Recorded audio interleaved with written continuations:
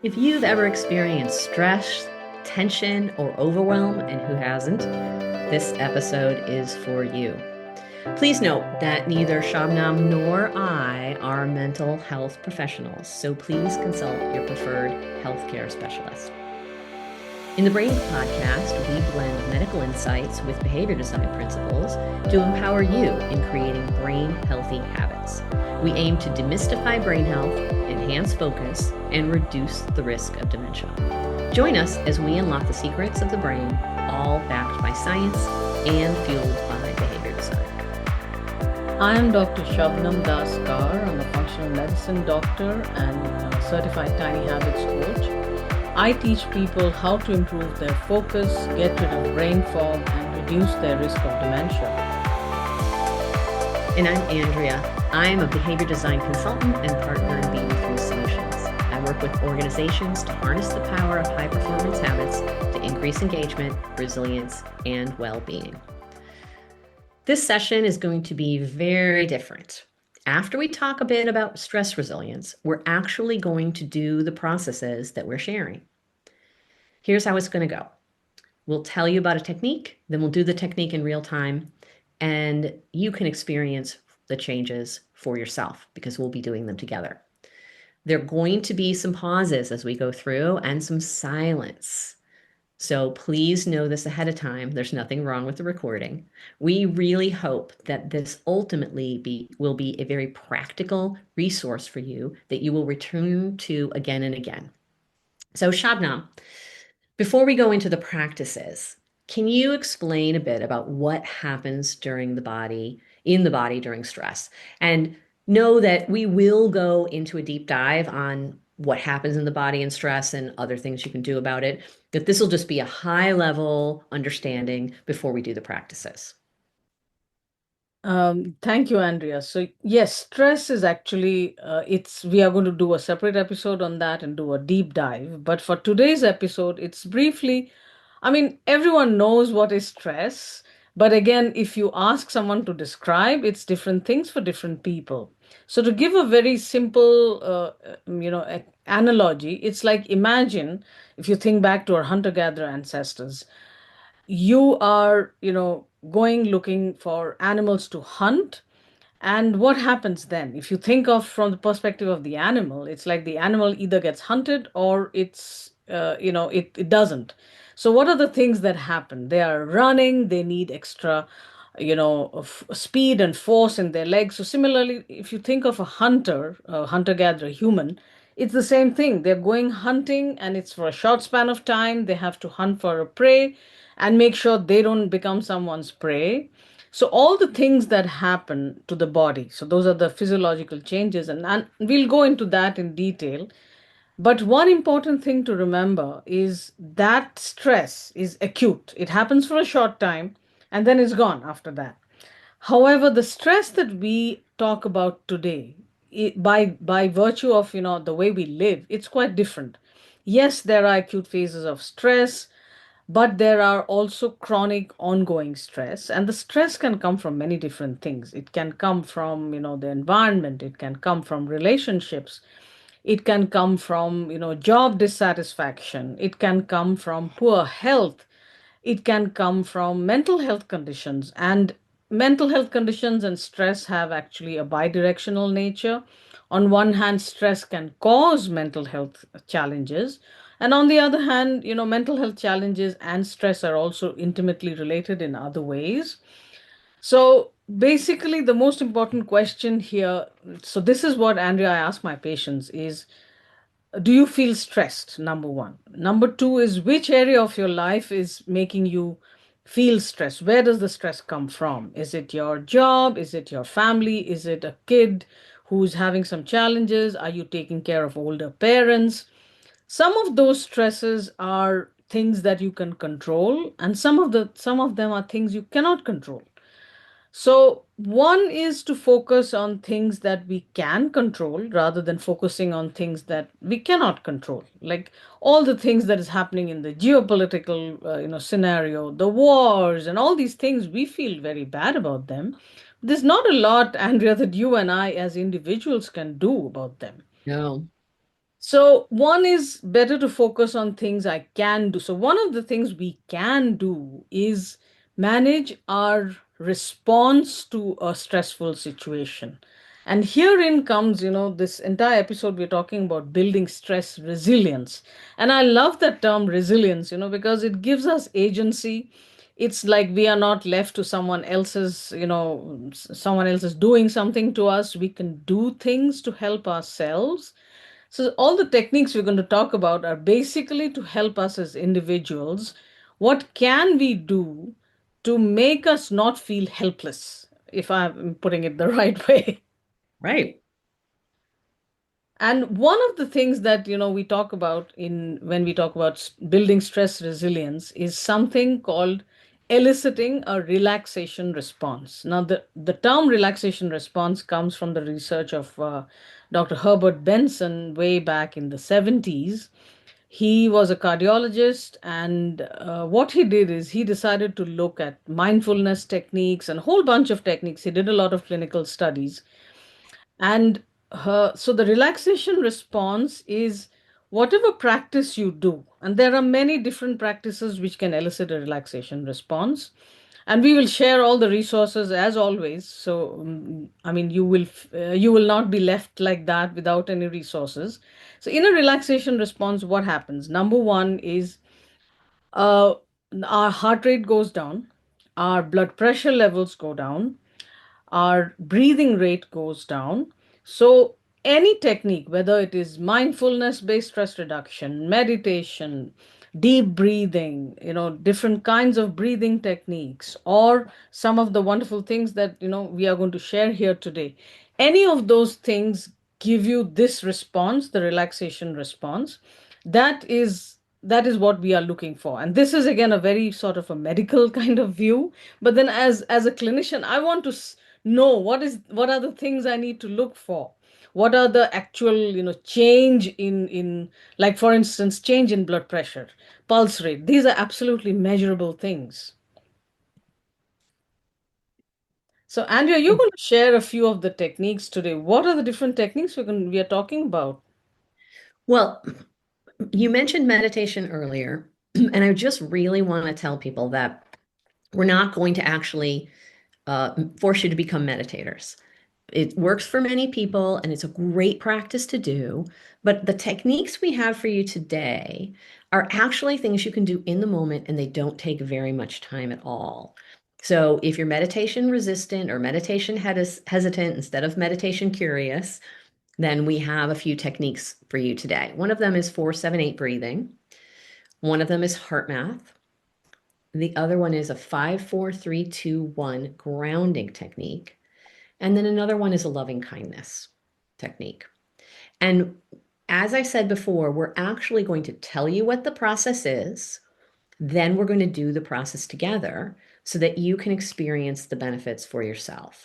And then hopefully you can come back to have this guidance until you can integrate these processes together. Do you want to talk a little bit about your experience meditating before we do Oh, the practice? yes. Thank you, Andrea. And this is so important that you stated right at the beginning, because whenever anyone talks about, stress, building stress resilience, or people say stress management, now I don't know how everyone can manage all their stress because it comes from so many different directions. So, mindfulness based stress reduction or meditation, these are, they have become very popular. And I am a long term meditator. For more than 15 years, I think I've been meditating. I feel it's a like a superpower for me. But what I really want to state is neither Andrea nor I think that that is the only way. There is Right. no one best way, but if you're open to exploring. So on our episodes, we always talk about, we in the Tiny Habits method, we always talk about self-experimentation. Try out a bunch of, if meditation is not for you, there should be no guilt, no judgment. It's like, oh, Exactly.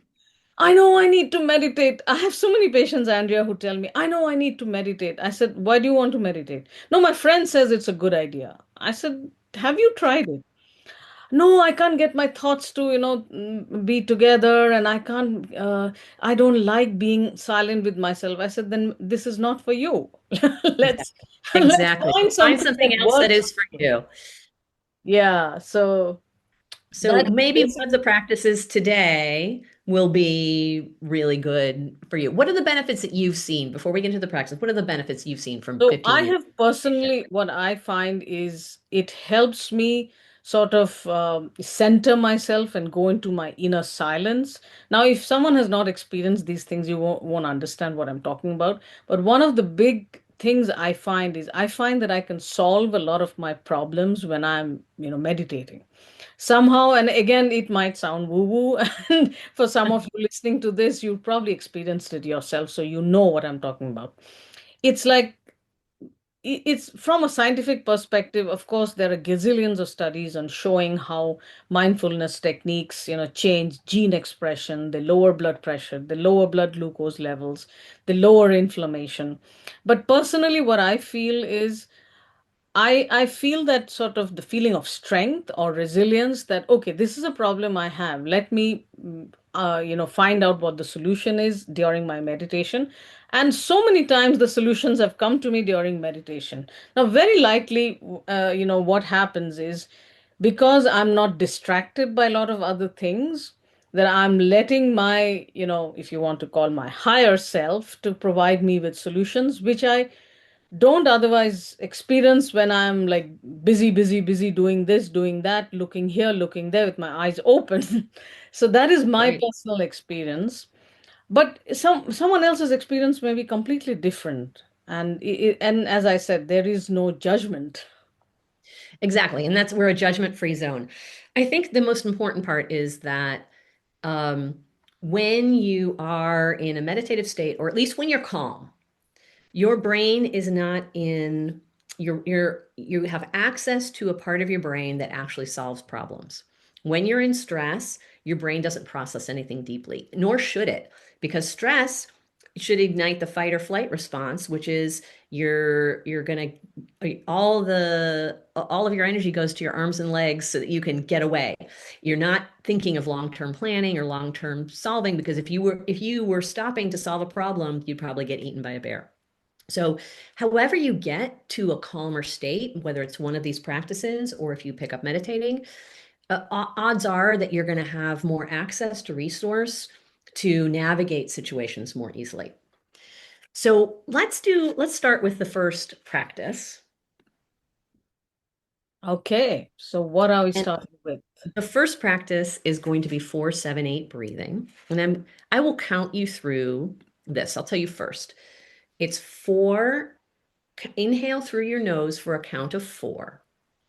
Hold your breath for a count of 7, and then breathe out through your mouth for a count of 8. I will do the counting for you, and we're going to do that 4 times. So there will be silence because breathing in is not a very loud procedure, but I will also count. And for you listening, just take a notice of how you feel right now, what it feels like to be you, right? Maybe you have some tension in your body. Maybe you're holding your breath. Maybe your brain feels like it's going a million miles an hour. And just notice that. And then notice how you feel afterwards. All right. So 4-7-8 breathing. Let's begin. Inhale, 2, 3, 4. Hold, 2, 3, 4, 5, 6, 7. Exhale through your mouth. 2, 3, 4, 5, 6, 7, 8. Inhale, 2, 3, 4. Hold, 2, 3, 4, 5, 6, 7. Exhale, 2, 3, 4, 5, 6, 7, 8. Inhale, 2, 3, 4.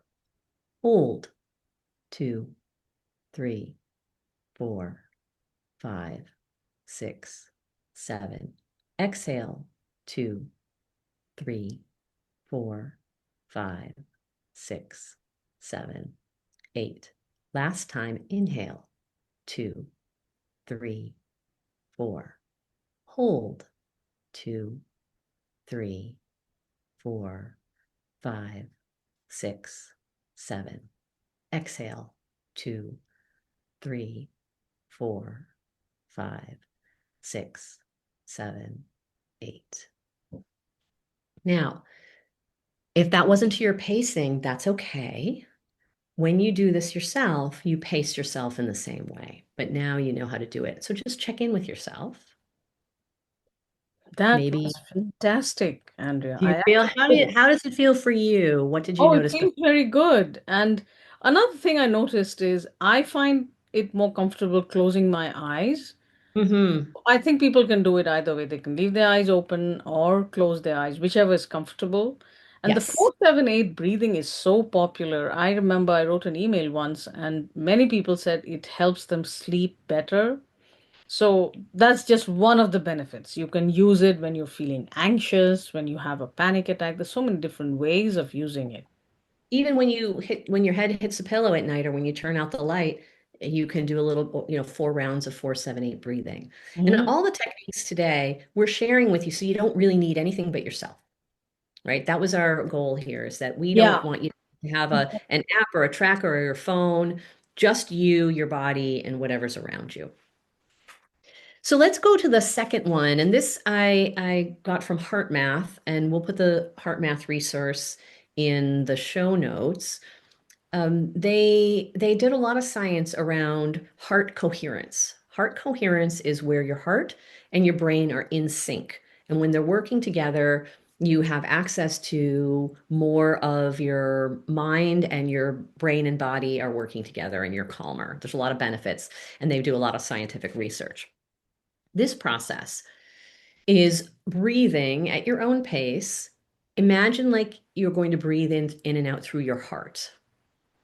And then we're going to evoke a positive feeling like love or gratitude or something like that, whatever works for you.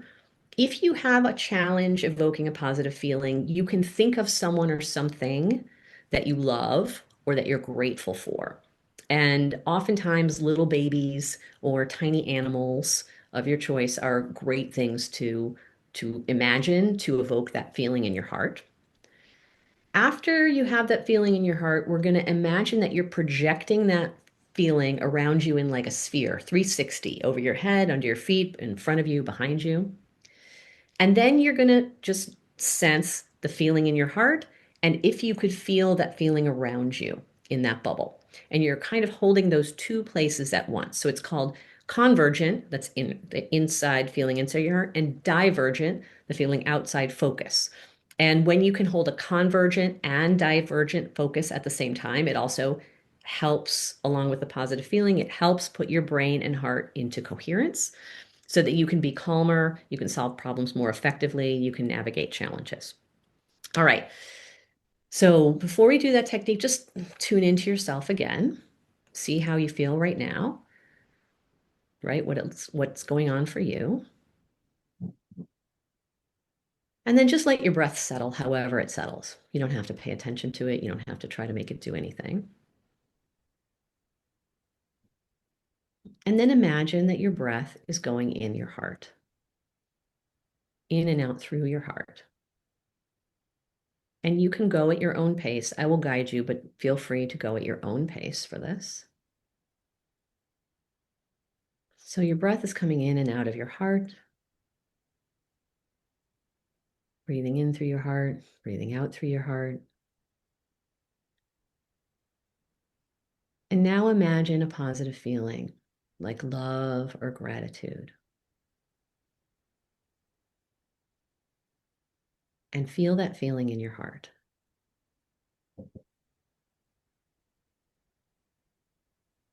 And then imagine that you are breathing that in and out through your heart. So you're breathing in love through your heart and breathing out love all around you. breathing in love and breathing out love all around you. And then notice how the love feels in your heart. And then notice or imagine or sense how it feels all around you, 360, front of you, back of you, either side, above and below. And breathe in love and breathe out love. And breathe in love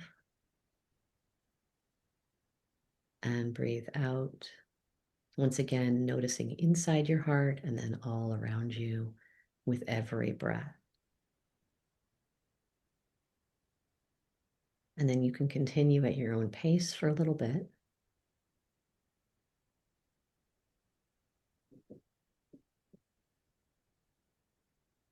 And then with your next breath, you can bring yourself back into your body and into this space. Wiggle your fingers and toes a little bit and notice how you feel. That was very nice. I find this is a great thing to do. I mean, this will do the same thing. You can fall asleep and you can, but it also is a great thing to do right before you're going to learn something new. Hmm. Because it really puts you into a different space so that you can take in some new learnings. Yeah, and So Andrea, I know you do a lot of public speaking. Are there any of, do you use any of these techniques before? I do. I actually use heart math before every talk, and oftentimes I do it as the initial part of my talk. Oh, wow. I actually will do, I say before I begin, because I do a lot of workshops, Yeah. before we begin, I want to put you in an ideal state for learning. And then do what I just did for everyone listening at the beginning of my workshops. Oh, wow. And I have to laugh because oftentimes, no matter what the workshop is, when I get feedback, hands down, the most favorite part of the workshop was the heart math breathing technique. Oh, wow. No matter what. And I often laugh. I say, you know what? I shouldn't even teach what I teach. I should just teach heart math, right? Because that's what everybody remembers. And I get feedback from people years ago who I did a talk for them, and they say, I still use that technique in XYZ circumstance or before an interview or when I have a challenging conversation or when I've had an argument or when I have a bad day at work. I get so many emails and messages from people who still use that technique simply because I did it at the beginning of one of my workshops. So I Wow. highly encourage people to practice that one. And Andrea, you reminded me of something. So one of the times I use, and for each person it may be different, I use meditation. It's like in between, let us say, two meetings. One Mhm. meeting is like I have had to think a lot, talk a lot, discuss a lot of things with people. And then I need sort of like a pause. And you and I Yes, have talked about this before. And that is the reason we have like a cushion between two meetings of at least 15 minutes. So right. quite often I set a timer because I don't want to miss my next meeting. Exactly. And just in 7 minutes, 8 minutes, 10 minutes, whatever works for you. And sometimes it's as simple as taking two deep breaths in between, in between two Yes. meetings. And it's Yes. like these are simple things, but they go a long way. Really. And that transition time is really important. And I think it's very underestimated.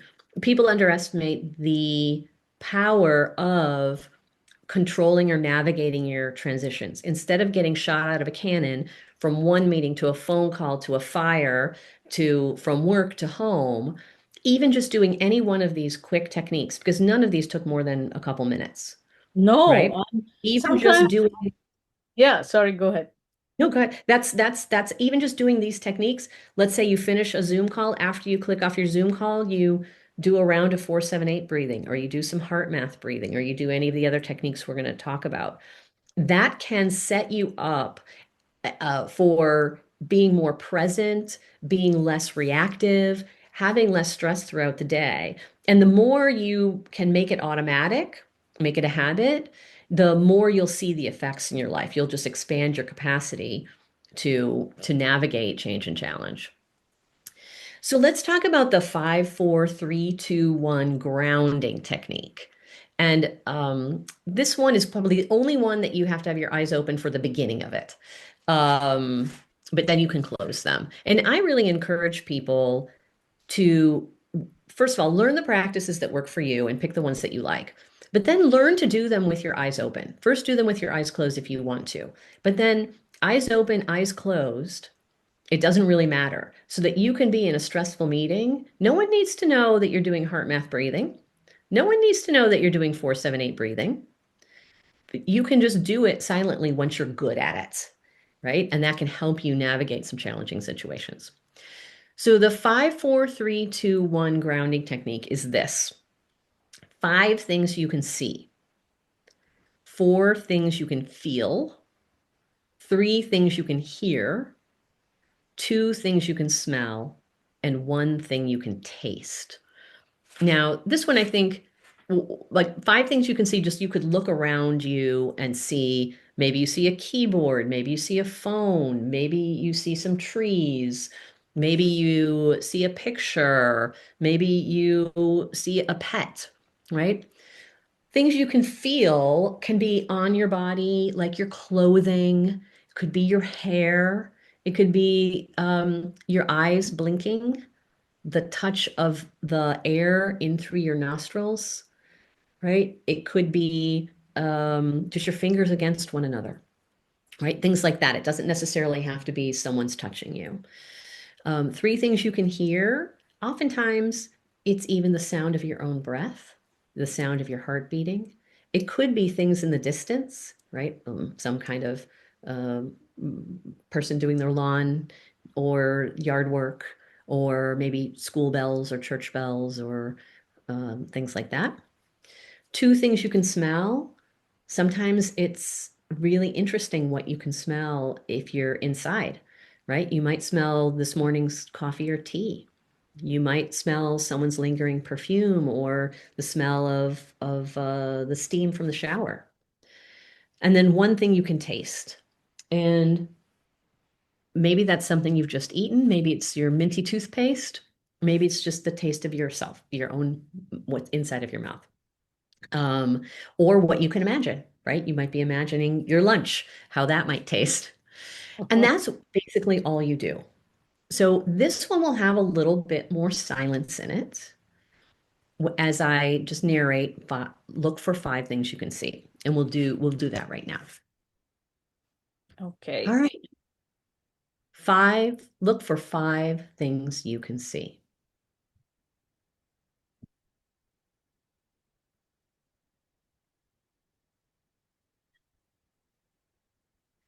Now, notice 4 things you can feel.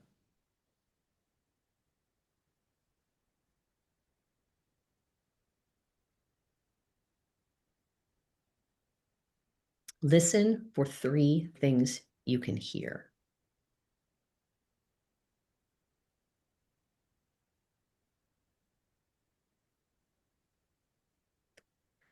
And now see if you can find 2 things that you can smell.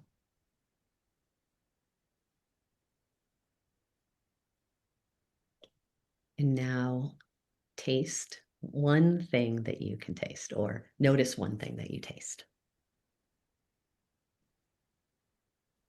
And that's the process. And even now you can see, right? There's a little bit of deepening. And I should actually mention that we don't want you walking around looking for things, right? Oh, It's yeah. really I need to sit in a process. It's really just a process you should do in the moment, wherever you are from, wherever you are. Yeah, and this grounding technique actually, a lot of people said it helps them with their anxiety and panic attacks. And, right now, you and I are not having an anxiety or panic attack, but I felt it like it's so different. Here I am, I was trying to feel so I have a mat on which I stand for my standing, at my standing desk. And I've been standing on this mat for a long time. And today, when you said, feel something, I said, okay, let me feel what it feels like standing on this rubber mat. And it felt different. Wow, that's really fascinating. And I think this particular technique really grounds you in your body and your body's senses. And I think a lot of times when we're in stress, we're not in our bodies. We're in the future, we're in our heads, we're just anywhere but in our bodies in the present moment. I think this is a great way to get people in their body. I mean, sometimes I was feeling like I stand on balance board. And I was Oh, noticing that my toes were kind of hurting on it when I really tuned in. And I've been talking for this whole time, and I even through all the processes until I did this, I didn't really realize like, oh, I actually should readjust my toes because they're when I tuned into four things I can feel, it was a little discomfort in my toes. So it's a great process to kind of get us into what we've mindfully notice what we may be kind of ignoring but tolerating. yeah. And when you talked about the two things to smell, sometimes what I do is we've talked about using essential oils for, helping helping Mhm. cognitive function. But sometimes I find that, just putting a little bit of some essential oil on a cotton ball or something and keeping it inside my handbag because it makes my handbag smell good. And because I don't want to carry the liquid essential oil, it'll spill here and there. That Right. helps too. Yeah, and we'll do another episode of things that can help you where you need something maybe more than yourself, right? But this episode we want Yeah. to focus on what can you do if you don't have any props, right? If you just have yourself and you have some stress, what could you do? And so our final technique is a loving kindness meditation, and we'll put I'll say it for you, and then we'll put a link to one particular person's loving kindness meditation. You can find your own that resonate with you. In loving kindness, it's a process of first sharing loving kindness with yourself, then sharing kindness with another person, imagining sharing it with another person that you like, right? And then sharing the loving kindness with the both of you, and then rather other people that you maybe know or don't know. Now, my understanding of some loving kindness meditations is when you get to the last one, when you get advanced, you can actually wish loving kindness for people you actually dislike. Yeah, Uh, and I've heard people say that at the beginning they found that very hard. exactly. So, again, if you're finding something hard, something is making you uncomfortable, then don't do that, you know? No, I believe personally that that's something to work up to. Yeah.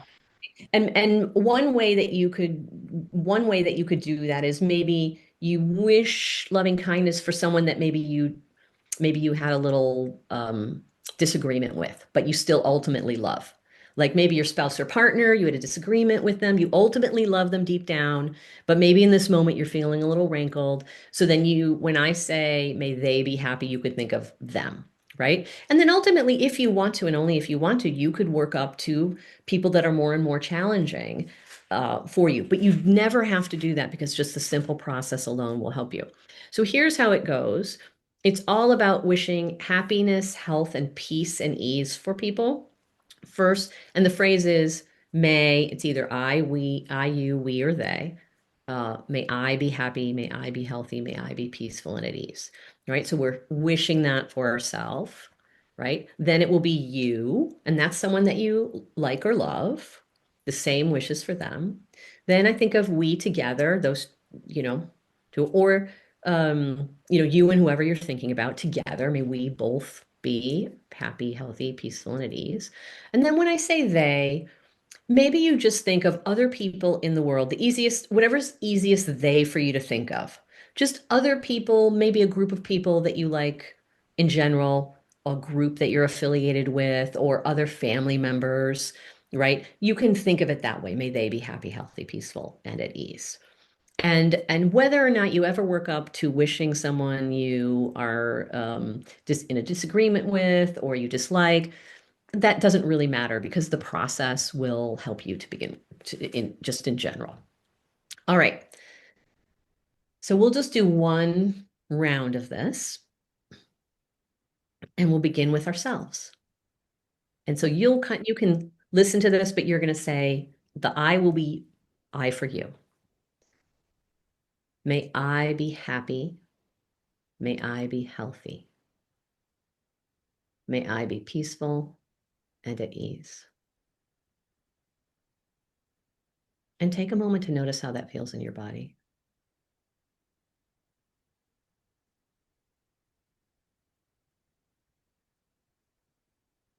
Now, think of someone you care about. And to them, you'll say, may you be happy. May you be healthy. May you be peaceful and at ease. And notice how that feels. And think of both of you together. May we be happy. May we be healthy. May we be peaceful and at ease.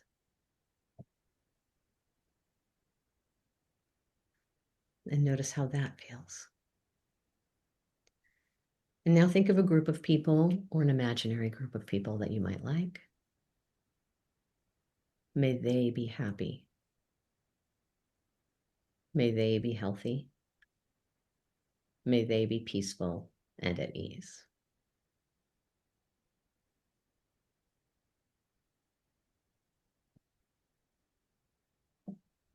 And that is a loving kindness meditation. So, any of you who haven't meditated before, all of these are forms of, you've just meditated and you can see how easy that is. And even though we did each one, you can see had some benefit, right? And even doing all those together, you can see that there are probably some subtle differences for you. And you just need to pick the one that you think you can get yourself to do and practice it, right? So, Shabnam, how do you think about these resilient building strategies? And, I'm sure people ask you, like, what's the best one?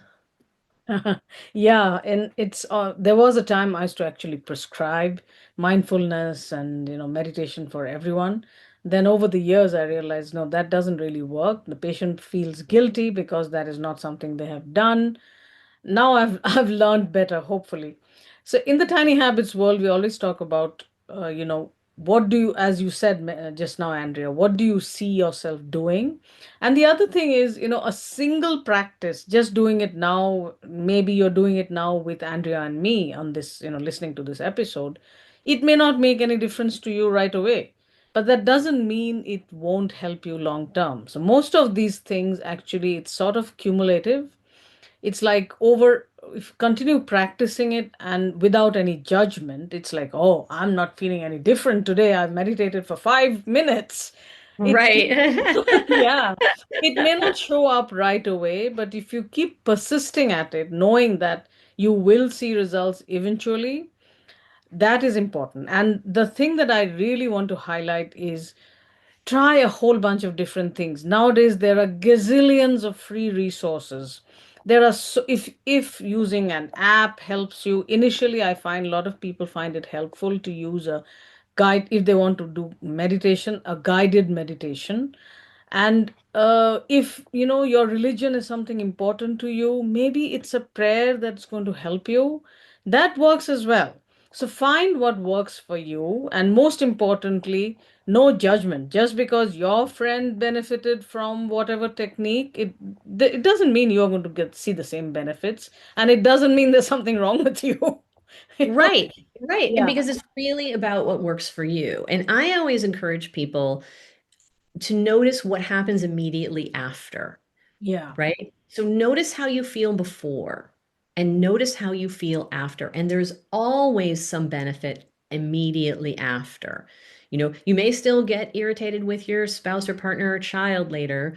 And that's where the cumulative results will show up. You will start to notice, oh, I'm not as easily triggered. I don't get upset as many things. Or if I do get upset, I catch myself before I go too far. Or I'm able to navigate situations that I wasn't able to navigate before. So consistency will build your resilience, stress resilience, so that you will end up feeling a little more peaceful through many things, but they always help in the moment. And I really encourage people to notice how you feel before and how you feel after, because that's what's going to give you the feedback to keep going. It's going to make you feel successful and help wire these things in as habits. So we hope that you refer to this podcast as practical resources, that you come back to your favorite one and try it out, do it again, and explore the show notes. We really thank you for listening. Please obviously like, rate, subscribe, and share. And you can find all the podcasts that we have at drkarmd.com/podcast. So drkarmd.com/podcast. Cheers, everyone. Thank you, and bye now.